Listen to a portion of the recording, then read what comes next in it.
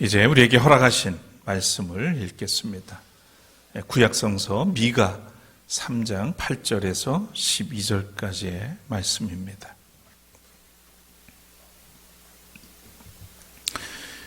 그러나 나에게는 주님께서 주님의 영과 능력을 채워주시고 정의감과 함께 야곱에게 그의 죄를 꾸짖고 이스라엘에게 그의 범죄를 꾸짖을 용기를 주셨다. 야곱의 집의 지도자들아, 이스라엘 집의 지도자들아, 곧 정의를 미워하고 올바른 것을 모두 그릇되게 하는 자들아, 나의 말을 들어라. 너희는 백성을 죽이고서 그 위에 시온을 세우고 죄악으로 터를 닦고서 그 위에 예루살렘을 세웠다. 이 도성의 지도자들은 뇌물을 받고서야 다스리며 제사장들은 삭슬 받고서야 율법을 가르치며 예언자들은 돈을 받고서야 계시를 밝힌다. 그러면서도 이런 자들은 하나같이 주님께서 자기들과 함께 계신다고 큰 소리를 외친다. 주님께서 우리와 함께 계시니 우리에게 재앙이 닥치지 않는다고 말한다. 그러므로 바로 너희 때문에 시온이 밭갈들 뒤엎어질 것이며 예루살렘이 폐허더미가 되고 성전이 서 있는 이 산은 숲풀만이 무성한 언덕이 되고 말 것이다. 이는 하나님의 말씀입니다.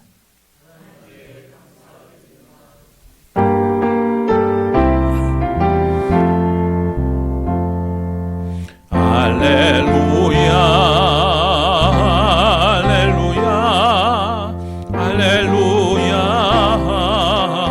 아멘. 자리에 앉으시겠습니다.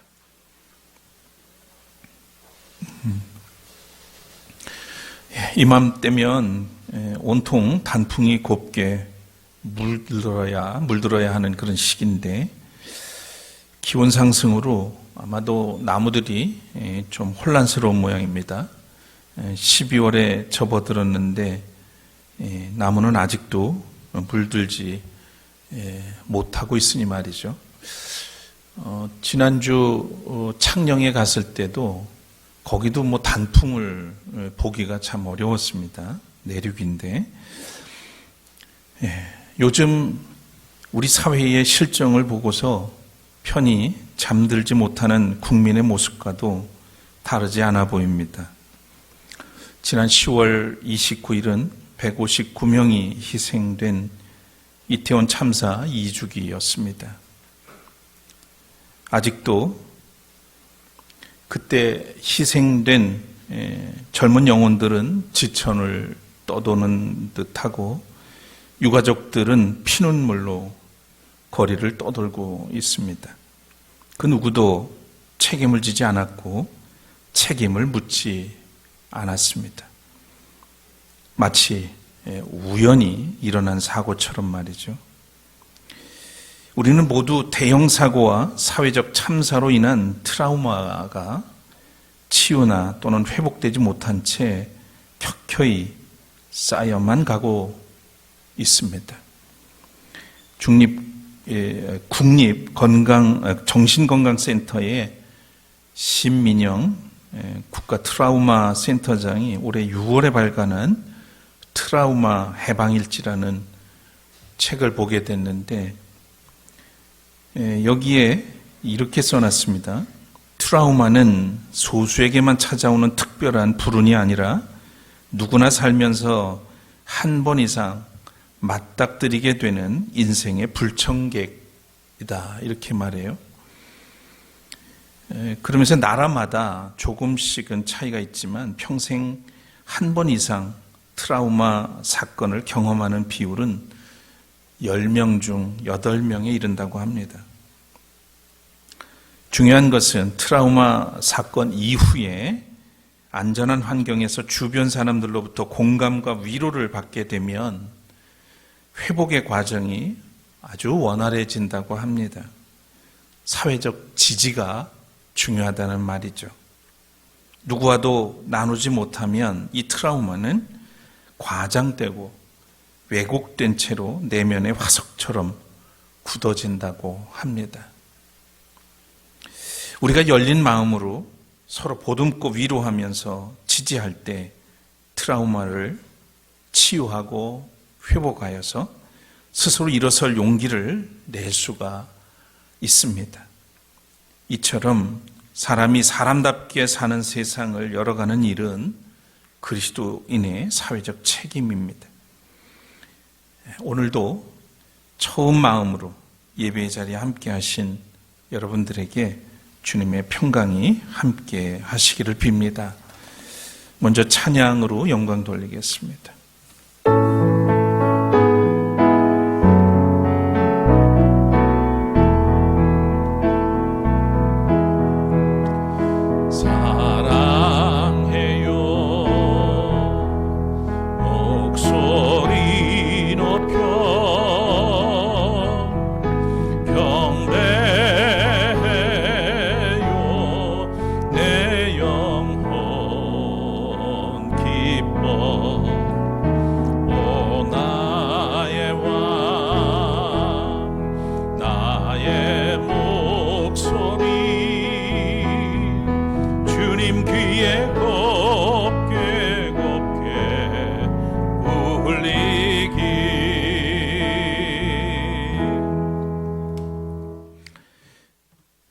오늘도 살아계셔서 우리 가운데 함께 하시고 또 우리를 선한 길로 인도하실 뿐만 아니라 거룩한 예배의 자리로 이끄시는 하나님, 은혜를 감사드립니다. 올 한 해도 이 깊은 가을철을 맞이할 수 있도록 우리를 보호하시고 또 지키시고 인도하셨습니다. 오늘 11월 첫 주일을 맞아서 주님 앞에 나와 머리 숙인 주의 종들을 기억하시고 또 이 시간 허락하시는 말씀을 통해서 우리가 하나님 앞에 어떻게 서야 하고 무엇을 위해서 살아야 하며 또 하나님이 기뻐하시는 삶이 무엇인지를 분명히 깨달아 알게 하셔서 이 어지러운 혼돈스러운 시대를 믿음의 능력으로 살아나가는 그런 은혜의 자리가 되게 하여 주옵소서.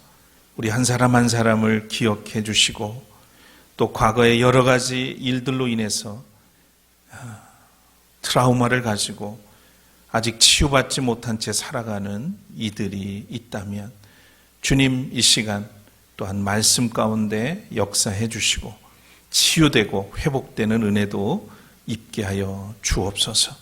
부족한 종을 오늘도 세우셨습니다. 그저 도구로만 사용하시고 오직 입술을 주장하셔서 성령께서 이끄시는 대로 주의 말씀 전하게 도와주옵소서. 모든 영광을 주께 돌리며 예수 그리스도 이름으로 간절히 기도드립니다. 아멘. 인생은 예측 불가능하죠. 그리고 때로는 어려움과 고통을 동반하는 것이 우리의 인생의 여정이라고 할 수 있겠습니다. 우리가 인생을 살아가는 도중에 크고 작은 사건들이 많이 발생을 합니다. 학생들은 학업에 대한 고민이 있고 또 직장을 구하는 과정에서도 많은 어려움들이 있습니다. 또 주변 사람들과 살아가면서 갈등을 겪기도 하죠. 이런저런 부정적인 것도 있습니다. 그러나 또 소중한 만남으로 가정을 세우고 또 이 가정에 새 생명이 태어나는 일들, 그 아이를 통해서 또 주시는 많은 기쁨과 또 긍정적인 일들도 있습니다. 그런데 긍정적이든 부정적이든 사람에게 일상에서 모든 변화는 긴장과 스트레스를 동반합니다. 갑작스러운 사고와 또 재난, 그리고 범죄, 성폭력, 또 가까운 사람의 사망 같은 이런 상황과 행태는 다르지만 트라우마 사건들은 모두 생명과 안녕에 대한 위협이라는 공통된 속성을 갖고 있습니다. 트라우마 사건은 공포, 불안, 또 좌절감 같은 아주 강렬한 정서적 반응뿐만 아니라 신체적 또 인지적, 행동적 반응을 야기시킨다고 합니다.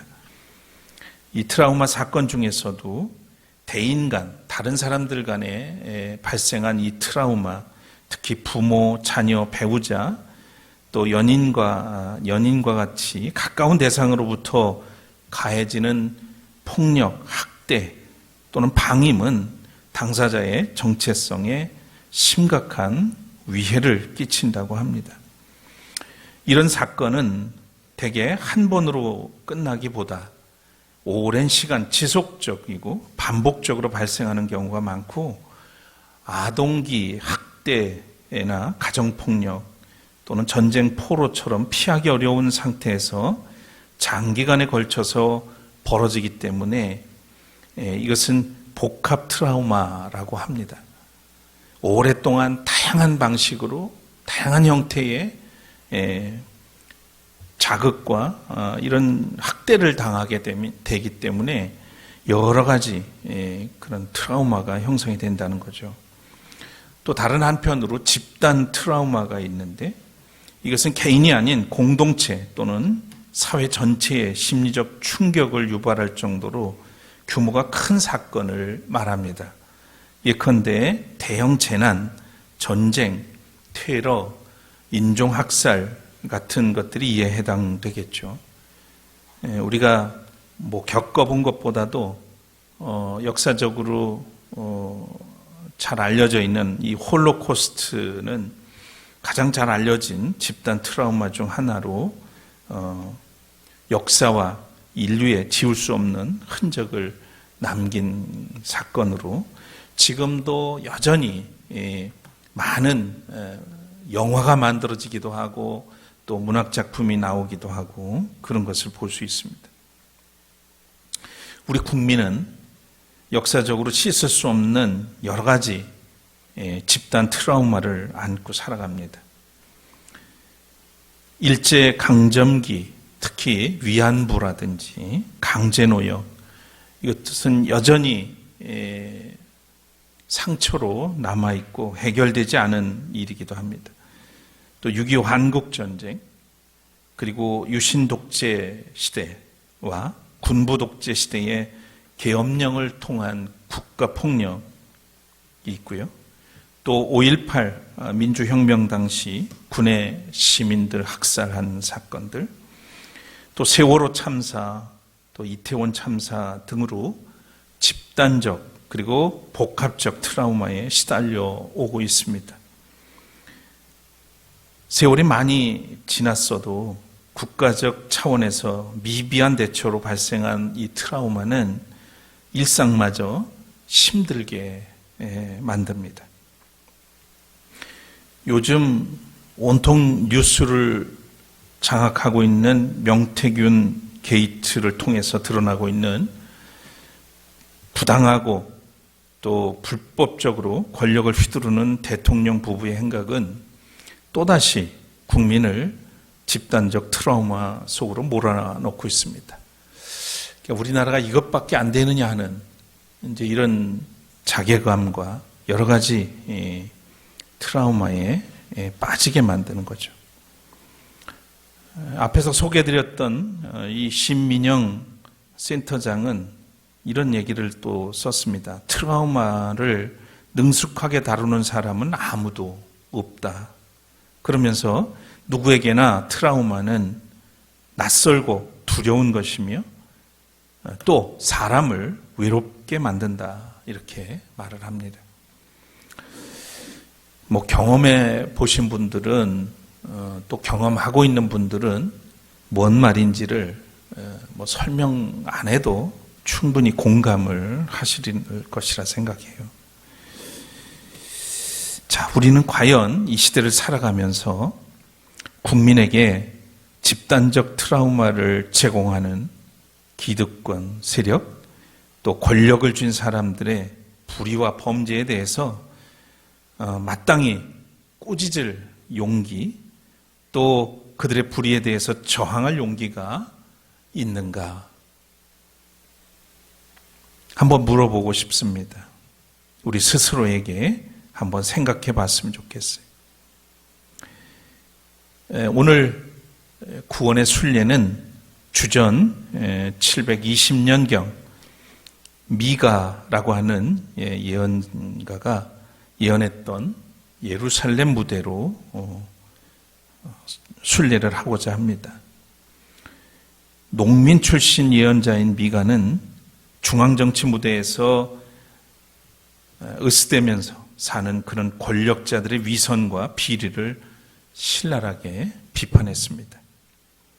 다른 예언자들은 대개 회개를 요구했지만 미가는 그럴 여유조차 없었는지 하나님을 등지고 살아가는 이들에게 내릴 무서운 심판에 대해서만 말을 합니다. 그래서 미가 2장 1절과 2절에 보면 이런 말씀을 하고 있죠. 악한 궁인하는 자들, 잠자리에 누워서도 음모를 꾸미는 자들은 망한다. 그들은 권력을 쥐었다고 해서 날이 새자마자 음모대로 해치우고 마는 자들이다. 탐나는 밭을 빼앗고 탐나는 집을 제 것으로 만든다. 집 임자를 속여서 집을 빼앗고 주인에게 딸린 사람들과 유산으로 받은 밭을 제 것으로 만든다. 그러니까 지 것도 지 것이고 남의 것도 지 것으로 만드는. 그때뿐이 아닌 거죠. 이런 일은 지금도 버젓이 일어나고 있고, 힘을 가진 자일수록, 많이 가진 자일수록 이런 일들을 서슴없이 하는 것들을 봅니다. 하나님은 미가를 통해서 정의에 관심을 가져야 할 지도자들이 선한 것을 미워하고 악한 것을 사랑하는 현실, 백성들의 가죽을 벗기고 뼈를 산산조각 부수고 고기를 삶듯이 백성을 삶아내는 현실을 보면서 그들이 심판받을 날이 다가온다고 선포하셨습니다. 예언자라는 이들은 불의한 현실을 보고도 그 당시에 예언자들 중에는 입을 굳게 다물었고요. 그러나 이 미가는 그럴 수 없었던 겁니다. 하나님의 심정에 사로잡혔기 때문이겠죠. 오늘날도 수많은 하나님께 부름받은 사람들이 있습니다. 그런데 이런 우리 시대의 불의에 대해서 목숨 걸고 온 생을 걸고 저항하는 사람들이 있는가 하면 그저 기대어 사느라고 타협하고 사느라고 침묵하고 지내는 이들이 얼마나 많은지 모릅니다. 그런 틈바구니에서 미가는 분연히 일어나서 하나님께서 주신 꾸짖을 용기를 가지고 살았다는 이야기입니다. 미가는 미가야의 약어인데요. 누가 여호와와 같은가라고 하는 의미를 가진 이름입니다. 미가서는 이러한 이름 뜻을 보여주기라도 하듯이 주와 같은 신이 어디 있으리까라고 하는 질문을 하면서 심판하시는 여호와의 능력과 용서하시는 여호와의 양면을 모두 밝혀줍니다.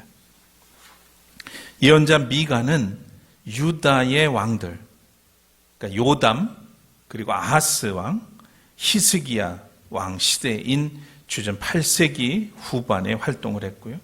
예언자 이사야와 같은 시대의 인물이라고 할 수 있겠습니다. 또한 예루살렘에서 남서쪽 약 40km 정도 떨어진 곳에 위치한 모레셋 사람입니다. 그러니까 도심이 아니고 시골 사람이, 농촌 사람인 거죠. 남유다와 북이스라엘 두 나라 모두에 하나님의 말씀을 전한 그런 예언자입니다. 그가 활동하던 때는 북왕국 이스라엘과 북왕국의 수도 사마리아가 이미 북방에 아시리아에게 처참히 짓밟히고 그 뿌리까지 사라진 후였습니다. 미가는 성한 곳이라고는 한 곳도 없는 예루살렘의 총체적 타락 앞에서 그는 절규하기 시작합니다. 예루살렘의 총체적인 타락, 그 첫 번째는 통치자들의 부패와 포악성이었습니다. 통치자들은 백성들의 가죽을 벗겼다고 고발하고요. 그 뼈에서 살을 뜯어먹었다 이런 소리칩니다. 그리고 그것도 모자라서 냄비와 솥에 담아서 고기처럼 먹었다고 말하고 있죠. 극에 달한 정치적 부패를 고발하는 그런 소리, 외침이었던 겁니다. 미가는 또 이렇게 고백합니다. 그러나 나에게는 주님께서 주님의 영과 능력을 채워주시고 정의감과 함께 야곱에게 그의 죄를 꾸짖고 이스라엘에게 그의 범죄를 꾸짖을 용기를 주셨다. 여러분, 어느 시대나 하나님의 영에 사로잡힌 사람은 있게 마련이죠. 그들은 자기들의 의지에 입각해서 말하는 게 아니라 하나님의 영의 감화가 되어서 힘 있는 이들의 죄를 준엄하게 꾸짖습니다. 거짓과 범죄, 이와 같은 불의를 꾸짖을 용기는 사람에게서 나오는 게 아니라 하나님으로부터 오는 겁니다. 불의를 보고도 꾸짖지 못하는 것은 하나님의 영에 사로잡혀 있지 않기 때문입니다. 20세기 유대교 신학자이면서 랍비인 아브라함 요수아 헤셀이라는 사람이 있어요. 몇 번 제가 소개한 적도 있습니다만 그분이 쓴 예언자들이라고 하는 책에 보면 예언자에 대해서 아주 간단 명료하게 설명해 놓은 부분이 있습니다. 예언자는 철저하게 느끼는 사람이다. 느끼는 사람이다. 그랬죠. 그러니까 그냥 감각적으로 느낀다는 의미보다는 온몸으로 느낀다는 의미가 될 겁니다. 하나님은 그의 영혼에 무거운 짐을 지워주셨고 그는 고개를 숙여 인간의 무모한 탐욕에 망연자실해 있다. 하나님은 예언자의 말을 통해서 분노하신다.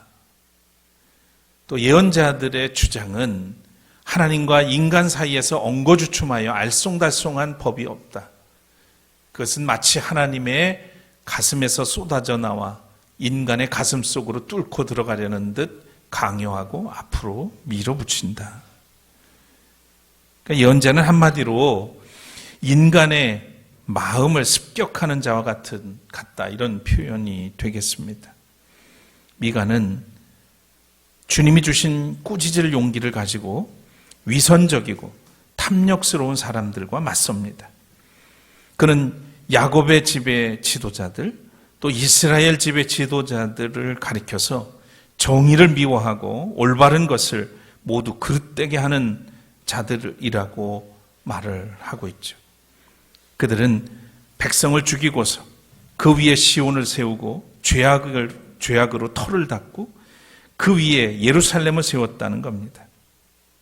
미가는 예루살렘을 유대인들의 마음의 고향이요 또 영원한 성소를 백성들의 피가 흐른 땅 또 죄로 터 닦인 곳이라고 그렇게 말하고 있습니다. 예언자 미가는 사람들이 대면하기 싫어하는 진실을 주저없이 폭로합니다.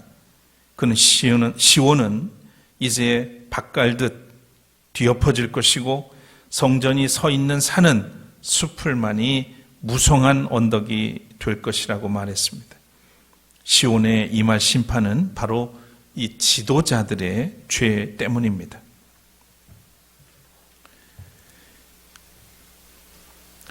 그래서 미가 3장 11절 오늘 읽었던 본문에 보면 이 도성의 지도자들은 뇌물을 받고서야 다스리며 제사장들은 삭슬 받고서야 율법을 가르치며 예언자들은 돈을 받고서야 계시를 밝힌다. 그러면서도 이런 자들은 하나같이 주님께서 자기들과 함께 계신다고 큰 소리를 친다. 주님께서 우리와 함께 계시니 우리에게 재앙이 닥치지 않는다. 이렇게 말한다고 기록했습니다. 그러니까 주님께서 우리와 함께 계신다라고 하는 이 말은 가슴 벅찬 말이죠. 임마누엘 하나님, 어디서나 언제든지 우리와 함께 계신다. 주님께서 제자들에게 마지막 부탁을 하면서 내가 항상 너희와 함께 있겠다고 약속을 해주시기도 했어요. 그래서 사실 이 말씀은 언제 들어도 가슴 벅찬 말씀이 아닐 수 없습니다. 그런데 이것을 교묘하게 오용하는 사람들이 많다는 얘기죠. 제 배를 불리기 위해서 온갖 불의한 일을 다 자행하는 이들이 아주 이런 말들을 잘하는 경우, 잘 써먹는 경우를 보게 됩니다. 광화문에서 시도 때도 없이 모여서 하나님도 까물면 나한테 죽어라고 하면서 떠드는 이 정광훈 같은 사람이 자기 욕심을 채우기 위해서 이용하는 말입니다. 참 편리한 신앙이라고도 할 수 있죠. 그런데 이 말을 가장 미워하는 분이 누구겠습니까? 하나님이시죠. 하나님의 이름을 빙자한 자기 욕망을 추구하는 것입니다. 바로 이게 하나님의 이름을 망령되이 일컫는 행위 아니에요. 자기 목적을 위해서 하나님의 말씀을 함부로 이용한 그런 일이 결국 하나님의 이름을 망령되게 하는 거고, 하나님의 뜻을 왜곡하는 일들이 하나님의 이름을 망령되게 일컫는 일이 되겠습니다. 뇌물을 받고 다스리고는 그런 통치자들, 삭슬 받고야 율법을 가르치는 제사장들, 돈을 받고야 계시를 밝히는 예언자들, 그들이 섬기는 것은 돈이지 하나님이 아니라는 얘기입니다. 참 요즘 자본주의 사회에서 이런 일들을 너무 당연하게 받아들이고 있고, 특히 교회에서도 이런 문제들에 대해서 전혀 너무너무 당연하게 받아들이는 일들이 참 많습니다. 목사에게 주어진 그런 일들을 하고서도 그저 당연히 받아야 되는 것처럼 여기는 그런 일들도 참 많아요. 또 더 안 준다고 그러는 사람들도 많은 것 같고. 글쎄요. 아무튼 예나 지금이나 이런 모습들을 보면 정말 그 예언자로서 침묵하고 있을 수 없는 그런 상황인 거죠. 오늘 예언자 미가를 통해서 펼쳐지는 이 주전 8세기의 현실을 볼 때 여러분 어떤 생각이 드십니까? 마치 오늘 우리의 현실을 보고 그린 듯 생생하지 않아요? 정치, 경제, 법조, 또 교육, 언론, 종교 할 것 없이 구석구석에서 악취가 안 나는 곳이 없습니다. 물론 그 가운데서도 깨끗하고 정의롭게 살려고 몸부림치는 그런 분들도 있습니다만, 이 오염된 흐름을 거스르는 것은 결코 쉬운 일이 아니죠. 돈이 주인 노릇하는 세상에 투항한 이들은 모두 하나님을 등지고 살아가는 사람들이라고 말할 수도 있겠습니다. 염치도 부끄러움도 다 사라진 것 같습니다. 이전에는 자신들의 파렴치한 민낯이 드러나면 부끄러워할 줄은 알았죠. 그렇지만 이제는 부끄러움을 지우고 사는 법을 터득한 것처럼 사람들이 한없이 뻔뻔해졌습니다. 돈과 힘을 가진 사람들만이 아닙니다. 이젠 보통 사람들마저 사고치고도 뻔뻔스럽게 사과를 하지 않습니다. 왜 내가 해야 되냐? 왜 나만 해야 되냐? 예전에 보지 못했던 모습들이 지금은 너무 당연하게 일어나고 있어요. 책임지려 하지 않습니다. 어딜 가나 그저 해먹을 결심으로 가득 찬 사람들 뿐입니다. 여러분, 왜 이렇게 되어가고 있을까요? 왜 우리 사회가 급속도로 몇 년 사이에 이 모양으로 추락하고 있는 걸까요? 뭐 여러 가지 이유들이 있겠습니다만 제가 볼 때는 대통령과 그 부인이 온갖 불법을 저질러도 무혐의로 종결이 되고, 막말과 반역사적 행위를 일삼아도 버젓이 고위 공직자가 되고, 대형 참사가 일어나도 책임자로서 처벌은커녕 도리어 영전하는 세상이니 누가 스스로 바보가 되려고 하겠습니까?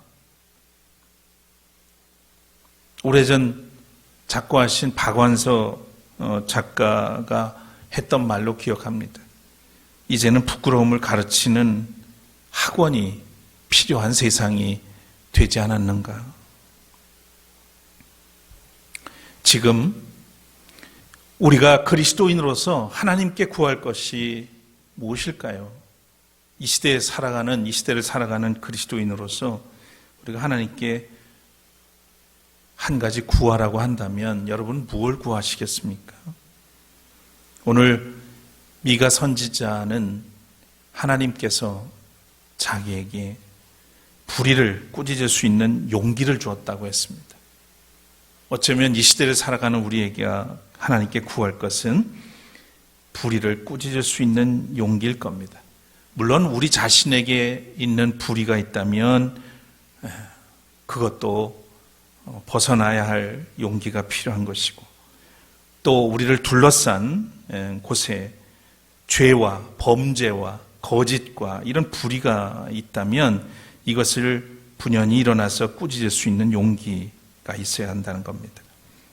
사람들의 마음을 습격하는 자로 살아갈 그런 용기이죠. 암담한 현실을 바라보면서 탄식을 한다고 세상은 저절로 달라지지 않습니다. 우리가 잊지 말아야 할 것은 세상 도처에 같은 꿈을 품고 살아가는 이들이 많다는 사실이죠. 아합과 이세벨의 공포 정치에서 살아남은 예언자라곤 나 혼자뿐이라고 탄식하는 엘리야에게 하나님은 바알에게 무릎 꿇지 않은 선지자 7,000명을 남겨두셨다고 하셨습니다. 저는 이 말씀이 진실임을 굳게 믿습니다.